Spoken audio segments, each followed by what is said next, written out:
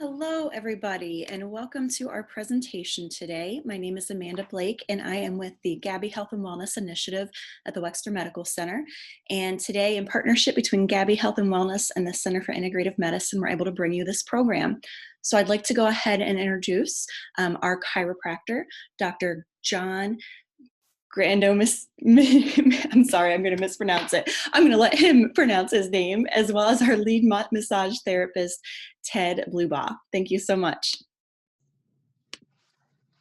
Okay, I'm John Grandomenico, the chiropractor here at OSU Integrated Medicine. Been in practice for over 20 years and been here with Ohio State for the last 15, 16 years, since 2006. And I'm Ted Blubaugh. I'm the lead massage therapist here at Center for Integrative Medicine. I've been a massage therapist for 17 years. I've been with Ohio State for the past 8, and we're excited to bring you this webinar. You ready? Yep. So we're going to talk a little bit about ergonomics, body mechanics, proper posture, and Ted will go through some exercises afterwards.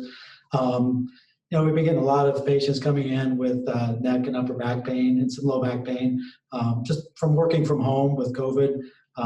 Patients or people aren't able to work in their normal workstations, so they're working from home in some different positions, different setups.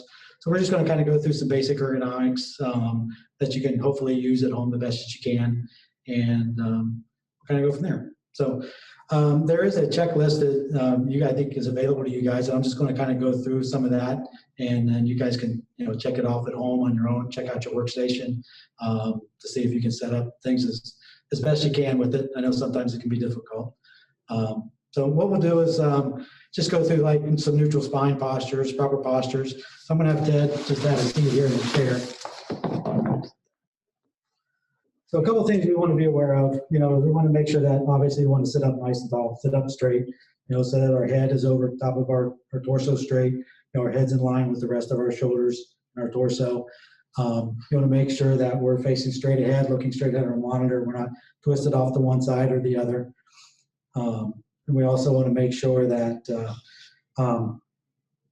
we're upright. We can lean back just slightly. If your chair reclines a little bit, you can lean back a little bit. We want to make sure we have a good support for our low back to make sure we can keep that curve in our low back to be able to adjust that, to whatever is comfortable for us. That also helps us to stay more upright so we don't get in this anterior drawn posture or a rounded position. And then we also want to make sure that we keep our shoulders nice and relaxed. We don't want our shoulders shrugged up and the shoulders up in our ears. We want to keep them down, keep them relaxed. Try to keep our elbows into our sides so that they're not flared out or not reaching. And we also want to make sure that our forearms, working keyboarding are relatively parallel to the floor. And then our wrists are in line with our forearms. If you're doing some keyboarding, they can even be slightly, cocked up just a little bit there.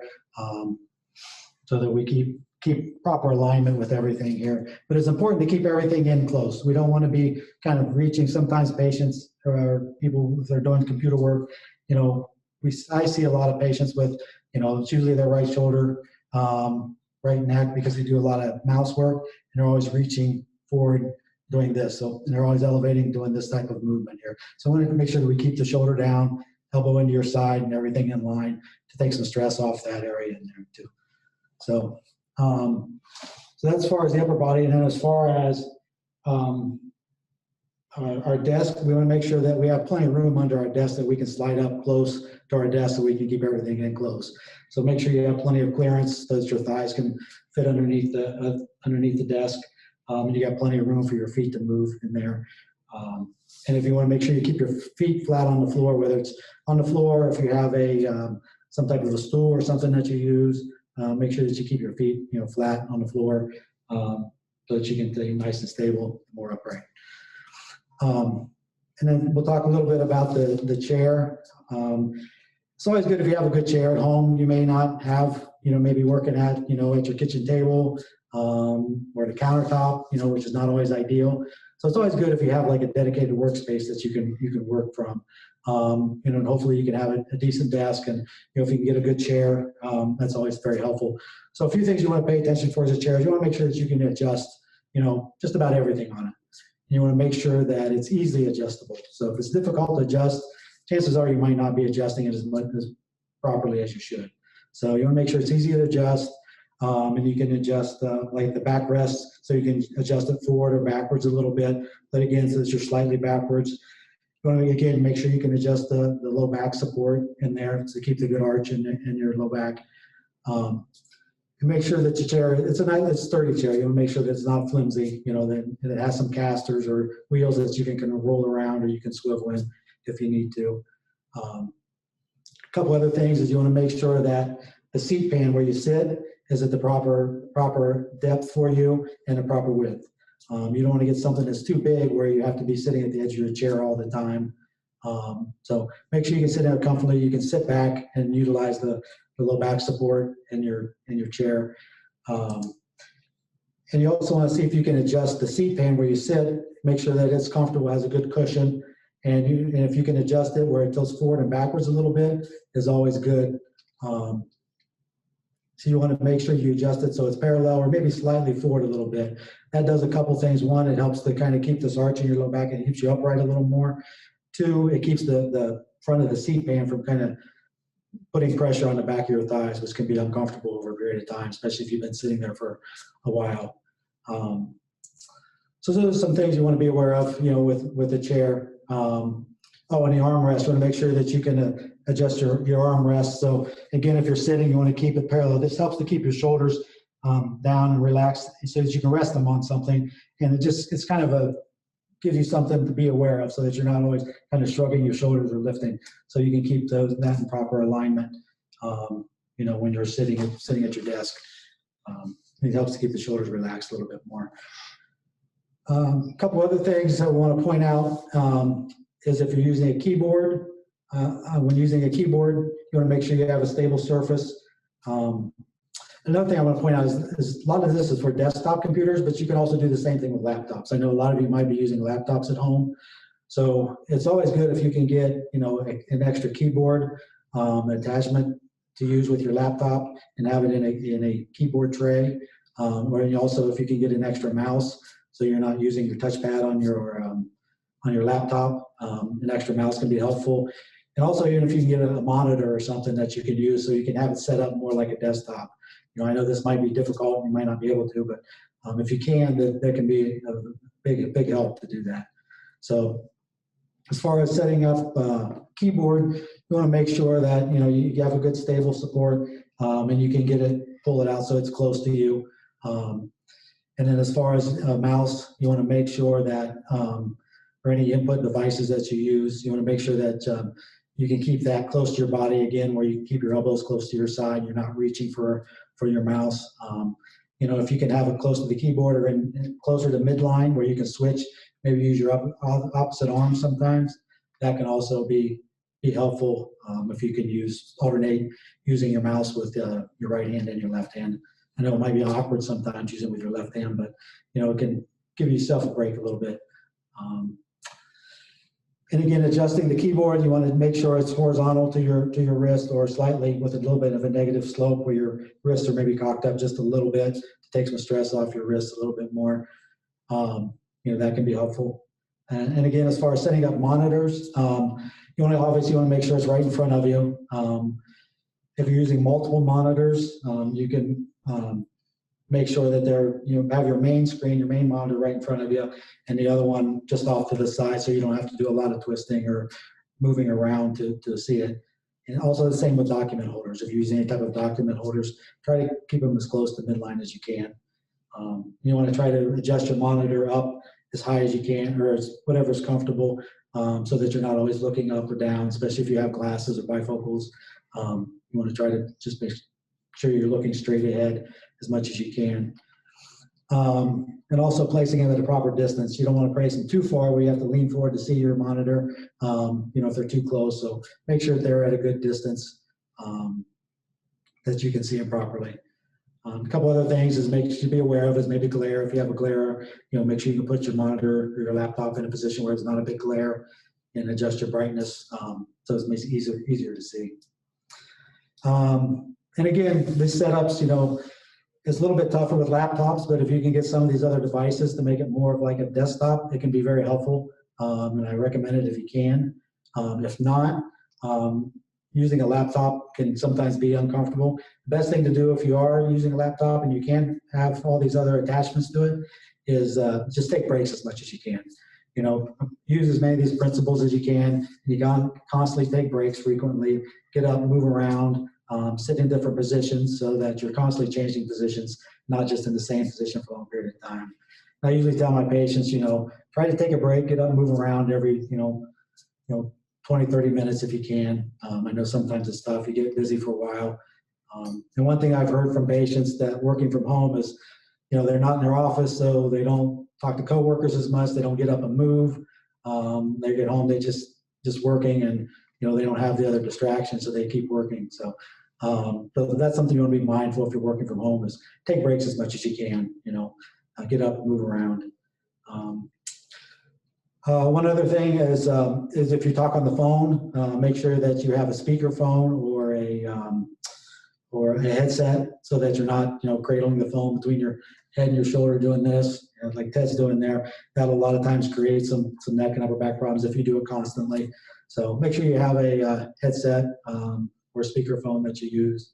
So, and that's pretty much everything that we'll go through as far as ergonomics work from home. So I hope that's helpful. You know, I know you might not be able to utilize all these things, but use as many as you can, and you can utilize this checklist that's available. Hopefully that will help you out a little bit more.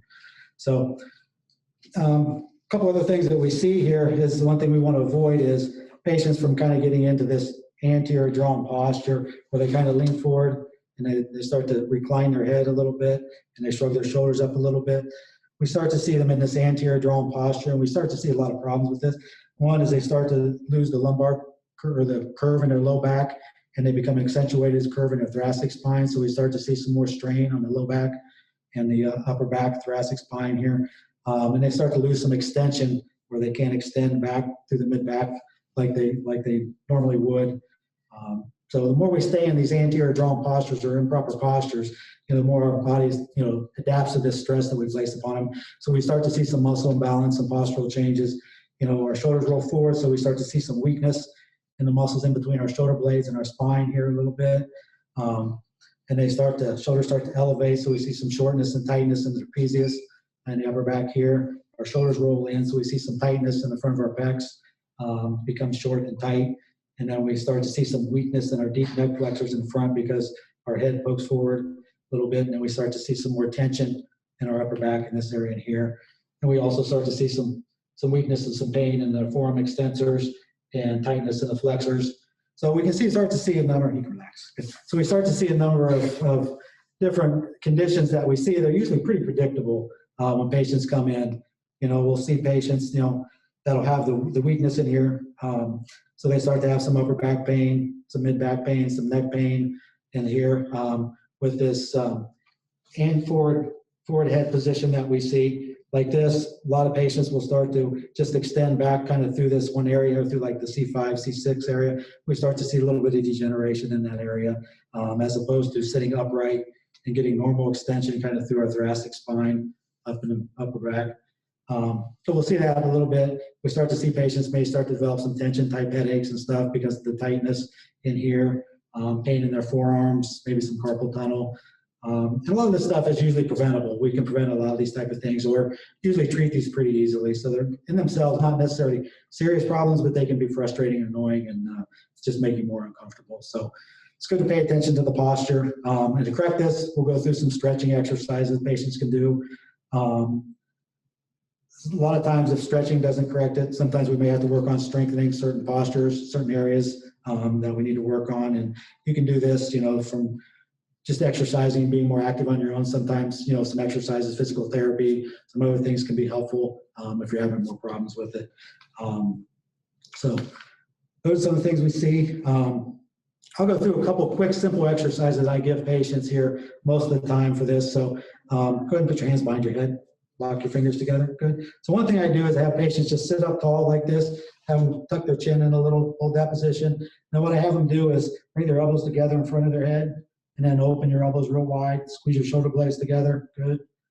and back together, good. And then open again. Do this maybe, 8, 10 times periodically throughout the day. And when you could come back one more time. When you come back, you don't want to poke your chin forward. You want to try to keep it retracted in a little bit, just like that. Good. Perfect. Another one I do is keep your hands there. Good. Bring your elbows in front. Good. Now I have them sit up nice and tall. And what I'll have them do is bring your elbows in. Good. And try to lift your elbows and extend back as far as you can through this mid-back area. Just try to get a little bit of extension in your thoracic spine and your upper back here. So try to extend back as far as you can, just like that. Good, and just come down and relax. You don't want this to be painful, but you want to try to maintain some extension, some movement in here. One other one I'll give them is just rotate, stay in this position and just rotate to the left as far as you can. Sit up tall, look over your left shoulder. Good. Hold it for a second. Good. Rotate the other way as far as you can. Look up over your right shoulder. Good. And again, you want to just work on just getting some motion in between our shoulder blades, our scapula, keep some extension in through, and you can relax, and some rotation in our thoracic spine here. So those are a couple simple things you can do, and then I'll let Ted take over and give some other things. Oh, yeah. One other one I do give patients is if you have a chair, it's best to do if you have a stool or a chair with no arms, but if you can still do the same thing. So just have them sit up nice and tall, tuck the chin in, good. Put your hands to your side. Good. Have you face the floor. Let me turn you around a little bit here. Good. There you go. Good. So you want to sit up nice and tall. Palms out. Spread your fingers wide apart. Rotate your shoulders out. Chin in. So that we stay upright here. So basically what we want to do is get out of this anterior drawn posture in this position. So we want to just open up so that we reverse our posture. So we start to activate the scapular retractors here. Relax the trapezius. Open up the pecs here to chest a little bit. Let those relax, stretch out a little bit. Tuck our chin so we activate the deep neck flexors here. Kind of lengthen and upright the thoracic or cervical and thoracic spine here. So we open this up so we're not crunched up in this position. To try to stretch out the suboccipitals and cervical muscles a little bit more. Just kind of maintain this position. I have patients hold this for maybe 15, 20 seconds, relax, do it a couple times. This is just a simple way to help to correct your posture. It's just more of a posture awareness exercises you can do. So I have them do anything that you can do, get up, walk. If you can do some beginner's yoga or anything, that's always helpful. So any type of exercise, activity, walking, it's always beneficial. That really does turn off the tension in the neck, the trapezius, when you can feel your shoulders coming down and you can feel the tension coming out of your neck when you do this. All right. So we're going to go and do some positional release, some post-isometric muscle release technique. A lot of what Dr. Grandemenico talked about was, we're in this forward rounded posture. We need to open up. A lot of people experience neck, shoulder, and back pain, or even pain down their arms before they really complain about what's going on in chest. But since the chest is so short and tight when we round forward, we need to open that up. We're already overstretched in the shoulders. And I don't recommend that that's the first stretch that we go to when we're trying to address this, because we're trying to open up to get a functionally neutral posture in the body. So one of the things that you can do, there's several different ways you can do chest openers. If you have a foam roller at home, you can lay down on it on the length of the foam roller, and we'll show you that in a second. You could do this on the floor if you don't have a foam roller. You could do it against the wall. You could use an exercise ball, or we could apply the same principle to a door frame stretch. So I'm going to grab a foam roller. We're going to put this up on the table. I'm going to ask Dr. Grandemenico to just get up on the foam roller. And again, he's going to keep his chin tucked gently back when he does this. I'm going to have him open up his chest, and we're just using gravity. You're trying to let the back of your hand and your elbow come down to the floor. So every time you take a deep inhalation, on the exhalation, you try and feel like your arms are dropping farther to the floor. It's really hard for some people. You can do this without a foam roller. A lot of people can't get their elbows and the back of their hand on the floor at the same time. So that's your goal, is to work your way to make contact with both. I can use the wall to do this at the same time. So my feet are going to be against the wall. I'm going to have my hips there. I'm going to press my mid back into the wall. And then I'm just going to put my hands up on the wall and try and keep my wrists and my elbows there. And I'll just bring it down a little bit. Try and bring my shoulder blades together and back up. And this is just a good exercise. What you're trying to feel is the stretch through the chest. We're really trying to open up the pectoralis major and the pectoralis minor. Some of the trigger points that we get into on a bunch of the muscles in the anterior neck and chest actually will refer pain in the shoulder and down the arm. So if you could bring up the pectoralis minor trigger point pain pattern, you might see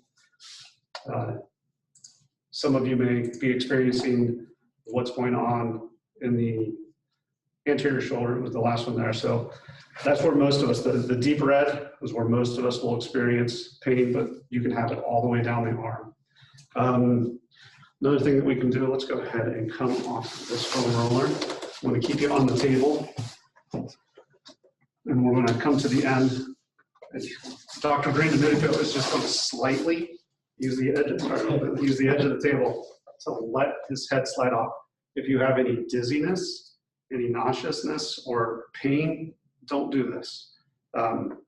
This is just trying to open up the anterior neck. So when we're chin forward all day long, arms forward, our deep neck flexor muscles, looking at the scalenes for this, they get super tight. You don't feel any pain necessarily in your anterior neck. It's into the chest, into the shoulder, down the arm, into the hand on both the front and back, and then big time into the between the shoulder blade and the spine. So if Dr. Green-Domenico can sit here for 30 seconds for the first time and just let gravity take hold and stretch out that neck, little by little, he can work his way up to using this for a couple minutes. If you are in a head forward posture all day long, you don't need to spend the same amount of time. You just need to spend enough time with your head in extension to relax the anterior neck. And you don't want to just try and sit up from this position. You don't want to contract all the muscles that you just relaxed. So what I would do is I would have Dr. Green-Domenico use his feet, his elbows, and his hips, kind of walk himself back onto the table so his head's supported, then turn to the side and push yourself up. So, obviously most of you aren't going to have the benefit of a massage table at home, so oftentimes we tell people to use their bed. If you have a headboard or a footboard, just turn to the side and use the edge of the mattress. What do we want to work on? So since we've opened up a bit of the neck and the chest, and a lot of us are feeling tightness and pain, scoot down this way. We're going to, between the shoulder blades, the rhomboids, we can get very tight. So one of the stretches that we can do, it's kind of a positional release used with the breath. So you would, if you can, I like to be on a countertop. That way I'm taking the weight off my legs and they're not in the equation. You can do this in a chair. So I would grab on either side of my legs, and the goal is I want to take a deep breath in and then exhale back. If you can't grab on either side, grab the outside of your legs. So I'm going to deep breath, exhale, push back, and then repeat from that position.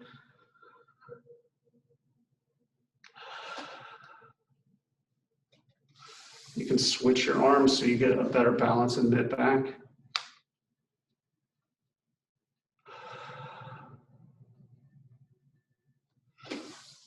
So you do this 2 to 3 times. It's going to help open up the upper mid-back. It helps just free up the shoulders. It takes a lot of tension out of the upper back. When we're sitting all day long, one of the problems is just overall tightness in our back. And we have our postural muscles of the spine. They're slow twitch muscle fiber. They burn their energy all day long. Their job is to keep us upright. Eventually, when you get super tired, they're just going to tighten up. They're going to keep you upright, but they're going to be too tight to do anything else. So a good way to loosen, if I want to turn sideways in my chair, to do this, you really do need to have a chair with a back. I'd prefer that the chair not be on casters. You don't want to try and push yourself around. What I'm going to do is try and turn my torso. So I should do it this way. So you see me in a second. So I'm going to pull with this hand and push with this hand. And then I'm going to turn my head towards to the shoulder I'm trying to move. Keep breathing, and then just come around the other way and finish the stretch. So if I did it to one side, I'm going to do it to the other. So I'm pulling with this hand, pushing with this hand, turning my chin towards my shoulder, and then rotating.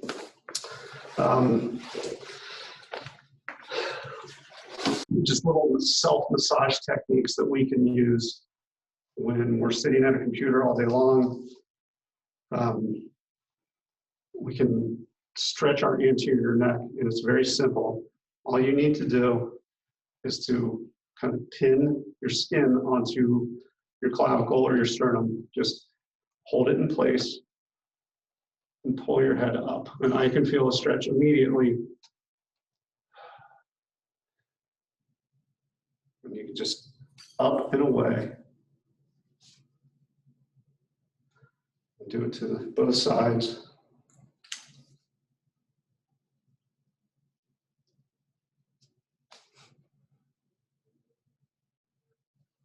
Might get a little red there, but that's okay. It's just bringing the blood to the surface and sometimes a little bit of skin irritation. You can easily work on your own jaw. Keep my mask on, but what I'm going to do is I'm going to take my fingertips right in and underneath my cheekbones, and I'm just going to put pressure in and then slowly pull down.